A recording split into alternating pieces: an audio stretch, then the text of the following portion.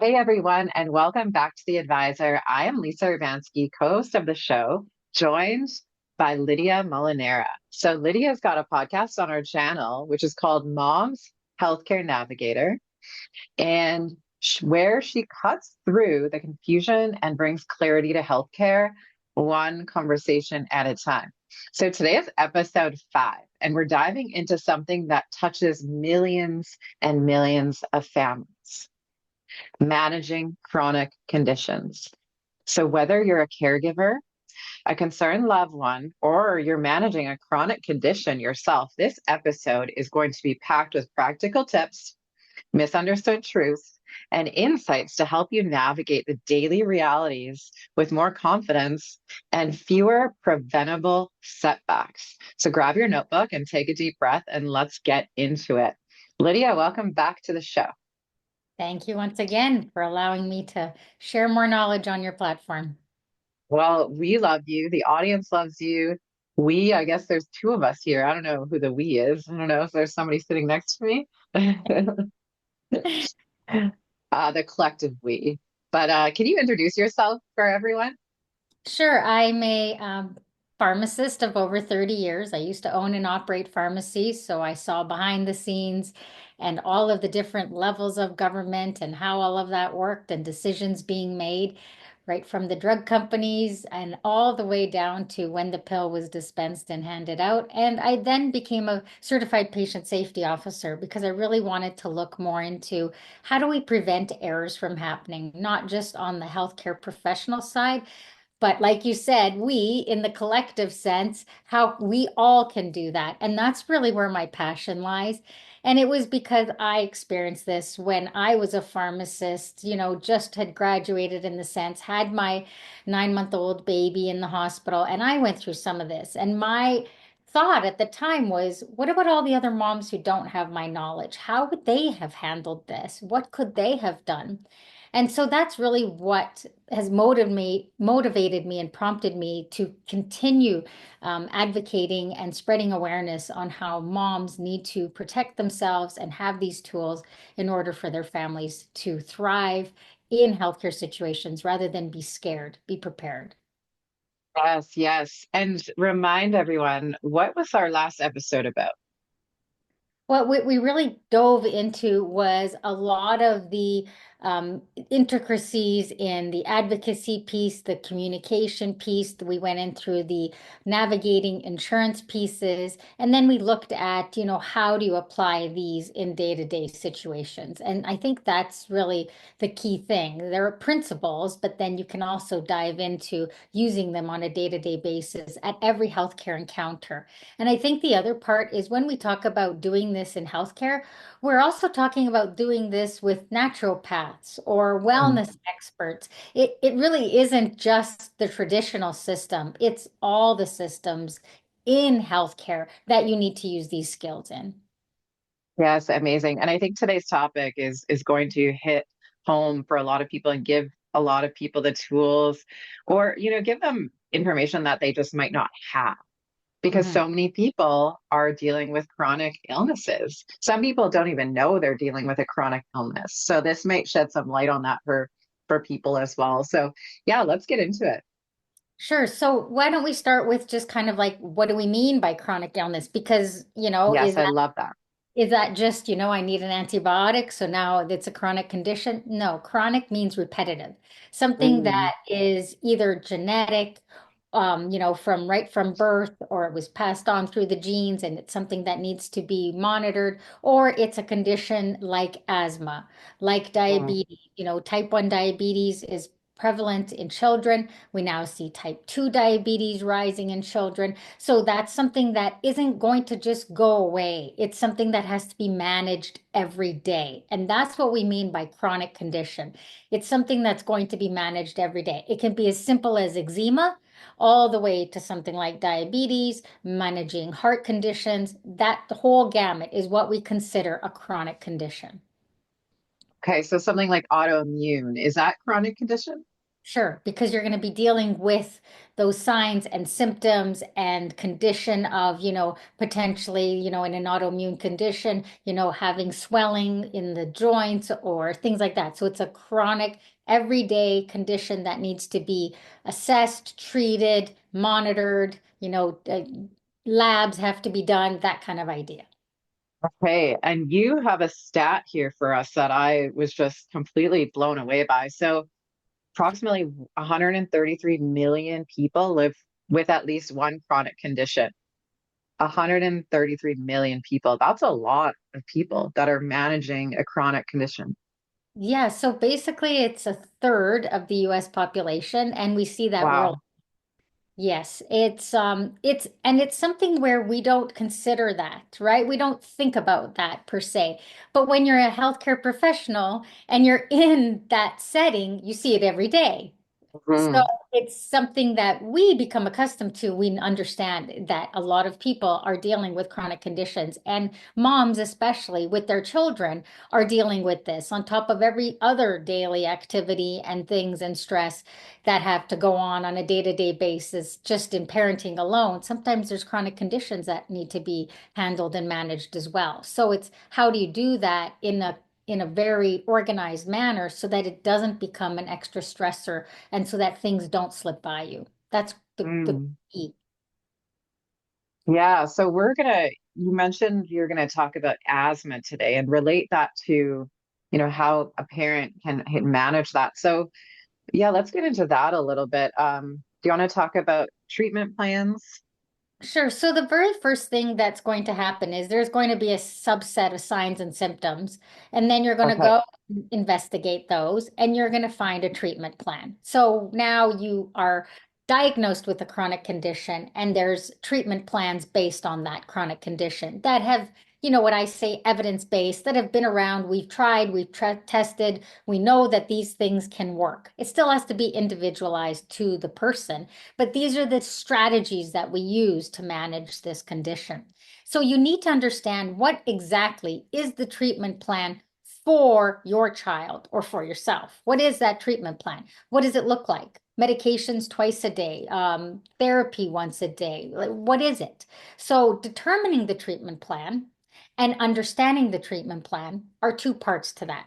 So what is the treatment plan? And when you get the treatment plan, actively engage. Why that treatment plan? Any other tests? Any other things? Any other lifestyle things we should consider? Are there any other, monitors that we should be putting in place? Technology that we can help to guide us to watch for signs and symptoms? Things that we need to go back to emergency for? What is the treatment condition plan? And then monitoring it. So now you have a subset of things. We're going to use this medication. It's a red, yellow, green zone. What is those zones? What do we do in those situations? How do we prevent those from happening? How do we manage them when they happen? So then you have a complete, what I would like to say, blueprint of the chronic condition. And that's what you need.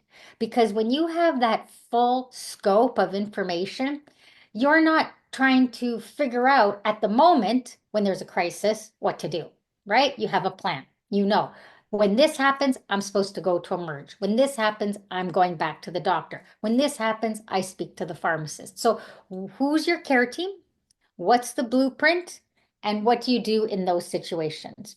And some might come up and you just don't know. That's when you have to say, who do I call? Who should I pick up the phone to call? And it's not wrong if you call the pharmacist and the pharmacist says, this is something you need to speak to your physician about. Let me help you with that. I can do that, or I can send a note. That's okay. Just go to your team. Don't try and second guess it or figure it out on your own. So that's what I call sort of establishing the treatment plan, being a part of making that treatment plan. And the second piece is managing it, following up on it, and knowing the blueprint of that treatment plan. Those are the two things you need to do. When you get that treatment plan and that diagnosis, the other part is educate. Really understand, what is this chronic disease? What is this condition that I am going to have to learn in order to manage? And there are certain situations where you're going to know more about that condition and how it affects your child than anyone else. And that's fine. And that's where you communicate those concerns, you communicate that information so it doesn't get lost between providers. Because you might go see an ear, nose, and throat specialist and they haven't gotten the entire chart. So now you want to communicate those concerns. You might go see the dentist to try and see if there's something wrong with the jaw alignment. And that's what's causing some issues and creating worse situations in the asthma, whatever that looks like, or nasal congestion or mouth breathing. So these are the reasons why you want the blueprint and you have them and you communicate that with each healthcare professional. It's really important that you do that. And this is how you inform yourself in such a way where now if someone is about to do something and no, that's not the right medication, we don't use that because of this, then you prevent the error. And that's the importance of knowing the plan. I love that. I love that you say have a team of people to call and don't Google it because I've made the mistake of Googling it and then I feel like I go down a rabbit hole. So that's just a silly joke. But yeah, it's so important to have like your team of people. And so if A happens, then you have someone that can help you with that, navigate that. Because having a chronic illness, there's so many facets to it and it's not easy. And you need people to be able to help you with that. So great, great information. Now, what about medication adherence? How important is that? Well, when we talk about this blueprint, you're going to likely have medications. Number one therapy in the world, really, in treating conditions, especially chronic ones, is medications. They help us manage the signs and symptoms that we experience. So in asthma, you're going to likely use an inhaler. You might even use prednisone, which is a steroid medication, a nasal steroid. There's different medications.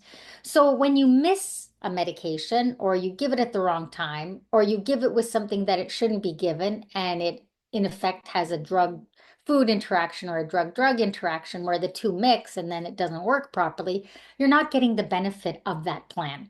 So you really want to make sure when you're speaking to the pharmacist that you understand how the medication works and that you come up with a strategy for your own self to make sure either a timer or, in some smartphones, there's actually apps that you can give yourself where you can beep, and set the times for those medications to be given. You have to give clear instructions if the child is going to daycare or to school on how that medication needs to be given. There's things like, if the child has asthma and they're prone to an allergy where they become anaphylactic, let's say to nuts, they have an EpiPen. Does the child know how to use the EpiPen? Does a caregiver, teacher, principal, who knows how to use the EpiPen if they're at school or in the daycare, or if there's a babysitter or a grandparent? These are critical things that you need to discuss. Play dates. I've seen the situation where one of the moms ran into the pharmacy and said, I'm helping, this is a play date and this child has asthma and I think there was nuts in the cookies that we gave him, and now he's Right? having a and I don't know what to do, but you're 2 minutes away, so I came here. And I can remember I had to administer the EpiPen and call 911 because Right. the the mom that was looking after these kids' play date didn't really know what to do. And so Mm, like bring that information when you're dealing with all of these situations because it's really important that the people around you know how to help manage those medications as well. And when we talk about adherence, basically we're meaning stick to the schedule. What's the best mm, way for you to stick to the schedule? And sometimes it's complicated. Some conditions, they require 7 or 8 medications. And so how do you manage that? And how do you manage the side effects? Those are where the pharmacist is there. That's where I say use them. They know this information. They can help you with pill boxes. They can help you with alarms. They can help you with, there's something called meter dose inhalers, but there's something called aero chambers so that it's like a mask and it goes right over the face. And it's so much easier for children to use when they're using their inhalers. So there's lots of tips and tricks that the pharmacist can help with medications as well. mm. And so, Lydia, if someone's taking a medication for a while, should you be expecting changes or can changes happen and maybe you need a different medication after a while? Like, you're stable for a while, but then things change. Do medications start working differently as our bodies change? It depends on the medication. So yes, that can happen. Okay. We know we could, as we age or as we get older, sometimes asthma conditions can subside or diabetes. If you go for more walks or you eat healthier, you could now not require as high a dose with your blood pressure. Same thing. If you're going for Mm. walks, doing more exercise, your blood pressure could come down, or the opposite. If you're gaining weight, your blood pressure could go higher and you need to add. So there's all these different factors, and that's why it's called monitoring. The second part of the treatment plan is monitoring it. So it's not set in stone. This literally is a journey. So it is a part of day-to-day life when you have a chronic condition. And managing that is going to mean every day checking in on those zones. What's the red zone? What's the yellow zone? What's the green zone? Do I continue with what I'm doing? Do I have to escalate to find out, or do I have to get immediate help at this point? That's my red zone. So knowing your zones and understanding your conditions and when things change, you could get a cold and now your asthma is so much worse. Right. So now you would have to escalate to see, okay, now maybe my child might need a dose of steroids to help this, or I Hmm. can add something else instead. I know what my yellow zone is when this happens. So What that's where is yellow zone? What is yellow zone? so when we talk about the green zone, it's kind of like status quo. Everything is going okay. Here are my Okay. medications. Things are going okay. No exasperation. So I'm not having an asthmatic attack. I'm not feeling congested or wheezing. Things are okay. Get into the yellow zone. It's kind of like that's the next phase where now it's like, caution, right? It's like a yellow light. It's like you got to slow down. You got to take note. You got to have some caution in this. And then red means literally stop and go get help because now Mhm. not breathing right, can't gas, I'm gasping for air, anaphylactic reaction, that's all kind of 911 or emergency or get to the doctor right away. So those zones happen in every single chronic condition. You have diabetes and you look at your levels of sugars, hyper, hypo, or normal, right? So, like, where are we at in that zone? So, that's a really good, easy way to think about your chronic condition. What zone am I in? And if I am, I'm continuing my status quo. If I notice things change, I go into my yellow zone because you want to prevent the red zone. Okay, that makes sense. So let's talk about action plans.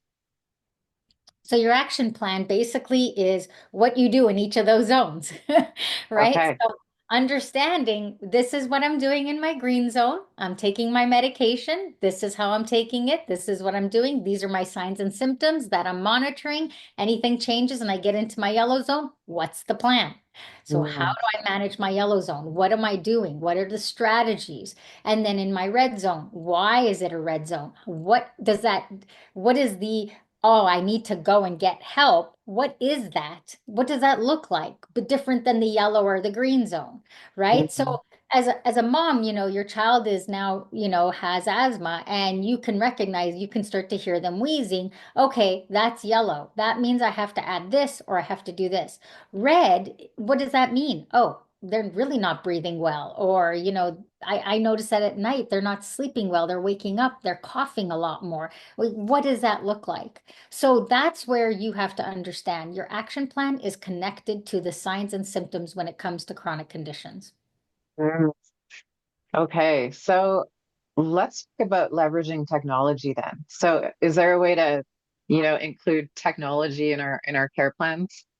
Absolutely. So one of the key things is with medications, there is, like I said before, on smartphones, there's lots of applications. Right in some of the iPhones, there's ways to list your medications for them to come up and then it alarms you. You can put signs and symptoms. You can find applications from different associations. So, like the Asthma Association or Migraine Association, the diabetes, where you can track your blood pressure, your, you know, insulin levels, the amount of wheezing or anything like exacerbation wise, like things that go wrong with your breathing, you can track that. If you're on oxygen, you can track your levels when, what is the amount that you're getting and how that's working. So there's different applications that you can actually track these things to make it easier. Worst case scenario, you get a notebook and you write down, you did the date and you write down signs, symptoms, and what that looks like, and you keep a record. So Mm. there is technology to take it beyond a notebook, but also that is available to you.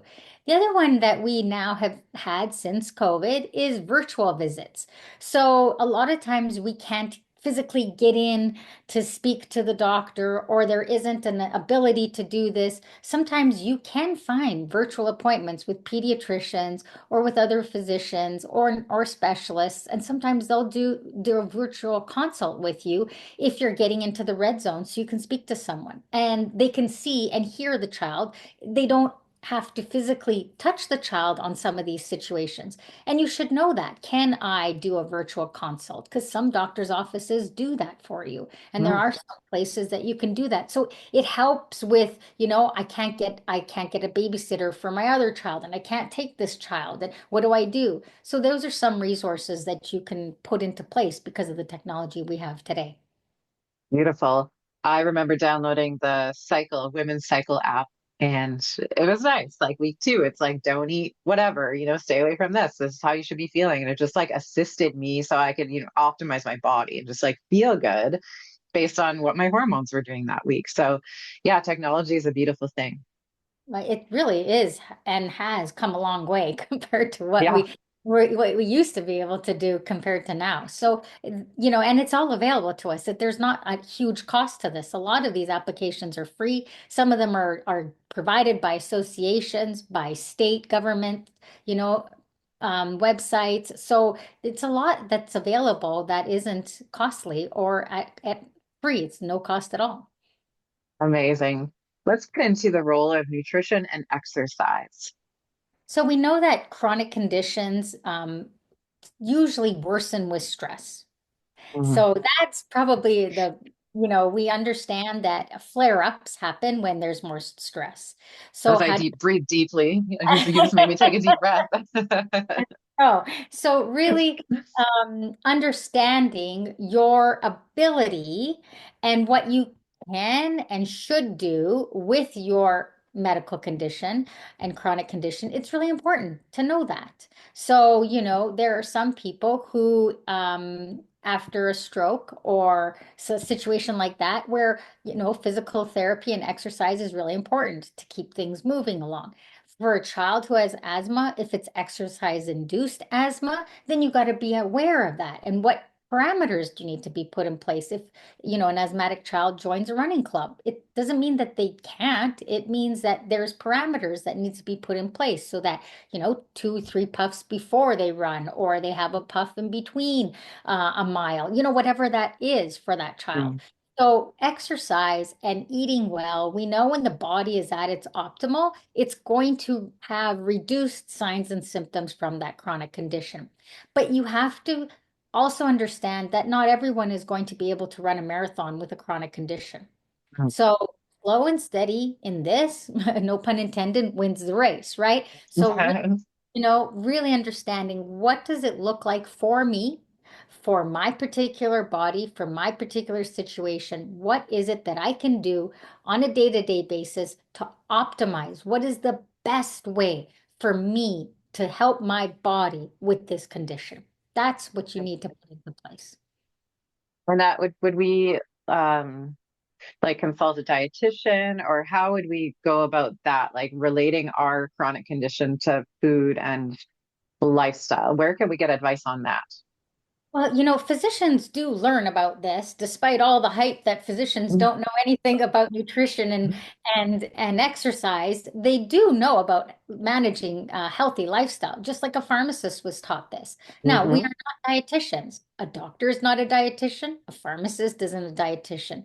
And so there are experts, and dietitians are those experts. So they would be able to advise on what is the best lifestyle, dietary needs that you need to meet. If you have low iron, for instance, or your child has low iron, what are iron-rich foods that you should put in place?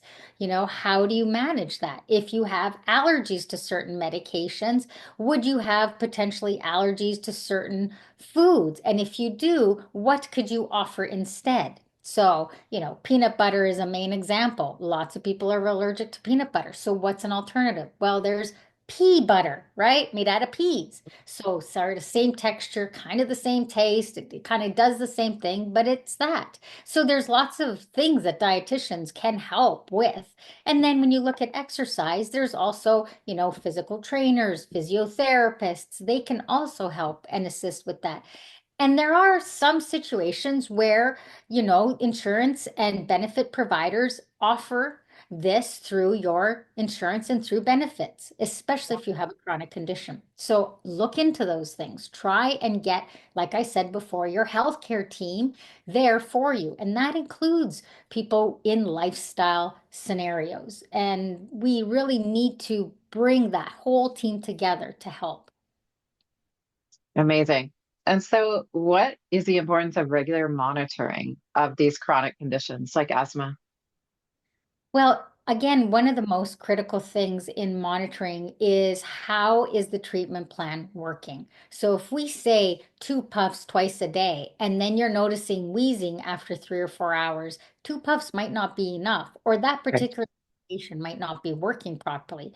Or if we say, you know what, let's try and do walking for 15 minutes every day. But when you walk those 15 minutes every day, you notice that there's a lot of swelling. And so maybe it shouldn't be walking 15 minutes. Maybe it should be swimming. Maybe there's something different. So what you need to do is track this because when you see the physician and they say how it's going, you want to be clear. Okay, I tried this. I walked for 15 minutes. This is what happened. I walked for 20 minutes. This is what happened to my insulin levels.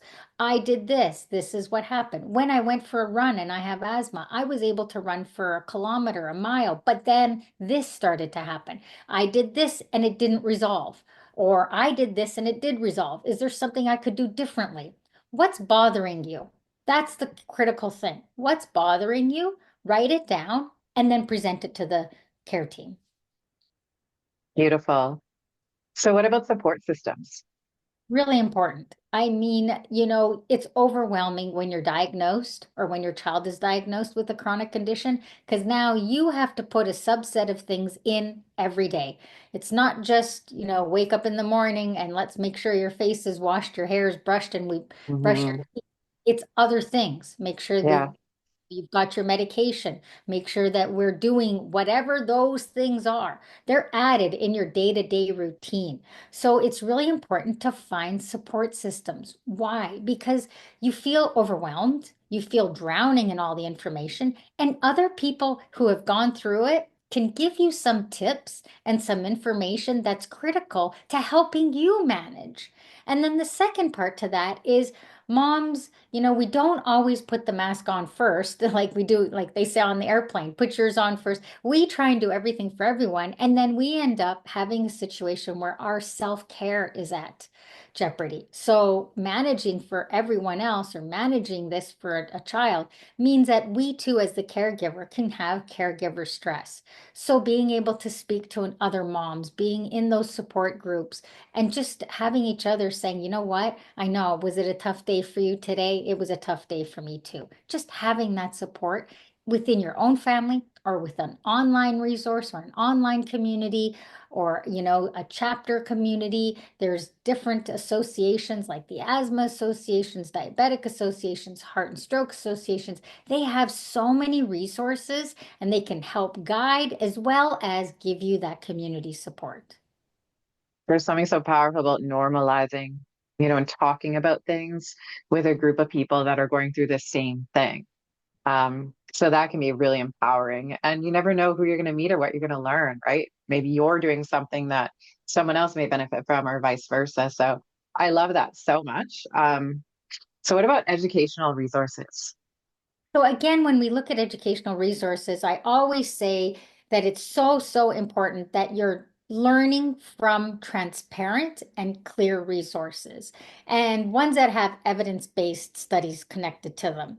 So when we look at the whole wellness cycle and world, that I'm not trying to suggest that that's not going to work. But if someone is saying use this herb, it's going to cure asthma, be cautious because if they're selling the herb, is that why the article's written for you to buy the herb and it's going to cure, but Is it going to cure asthma? You know, we don't have a cure for asthma. So is it going to reduce the signs and symptoms or can it aggravate that? So you really have to ask those same appropriate questions. So I like to say use government websites or use trusted websites. Like I always go back to Medline or the Mayo Clinic, look at those resources and go to the associations. They have the best knowledge. They've got all kinds of information and it's not biased like we would think, oh, it's biased from a drug company. Associations typically are not for profit associations. They're not biased by anyone. They're there to provide support. That's why they are there and created. So really look at some of those resources where they can also provide you information on, costs of medications, how to get some of those things covered, how to navigate through the insurance system to get things covered. They have those types of resources as well. Yeah, so it's so important to validate what we're reading online because there's so many things. So yeah, going to a credible resource is so important. And if you're still not sure, then like you said, go talk to your pharmacist, your doctor, just to clarify, because there's nothing worse than finding something out and then doing it and it not even being real. Our website or the internet, sorry, is filled with all this information, and we have to make sure that what we're reading is real. Well, and it also can create further problems. And so that's Totally. critical thing to this is you could be following something and then it could have an interaction with a medication you're taking, but Right. the person wouldn't know that because they don't have a knowledge base to know that. They're just selling a particular product, but they don't understand that you're already using a steroid or you're using an inhaler and that's going to Hmm. interact with it and make things potentially worse. We have seen people come into the hospital because of using, these wellness products, I would say that Hmm. sometimes they're not even like coded properly. They don't have a USP number. They don't have an NP number. These are numbers that mean that that product says what's inside the bottle is actually what's outside on the label. So some of these Hmm. products don't even have that. And so what are you actually getting when you have these products? It's not as regular. Hmm. So we're very concerned about prescription drugs. Yes, but they are regulated to a certain point, right? Like they are and have to meet criteria. Whereas things that are Hmm. available just, anywhere in the sense without these numbers on them, we don't know what's inside them. So I don't know why we sometimes believe that that's more credible. It's a balance of both. You have to take some of that information and go back to your healthcare team and they can explain. They could be like, you know what? Why don't you give it a try? It's not going to hurt anything at this point. So give it a try. But if they say, oh, no, no, no, that interacts with this, I wouldn't do that. Then you're empowered. You have that knowledge and you can make a proper decision. Right, right. So, Lydia, why don't you tell our listeners where they can find you if they're looking for more information, a little bit about your website and about the services that you provide? So my website is my name. So it's www.lidiamolinara.com. On Instagram and on my other social reels, it's at Mom's Healthcare Navigator.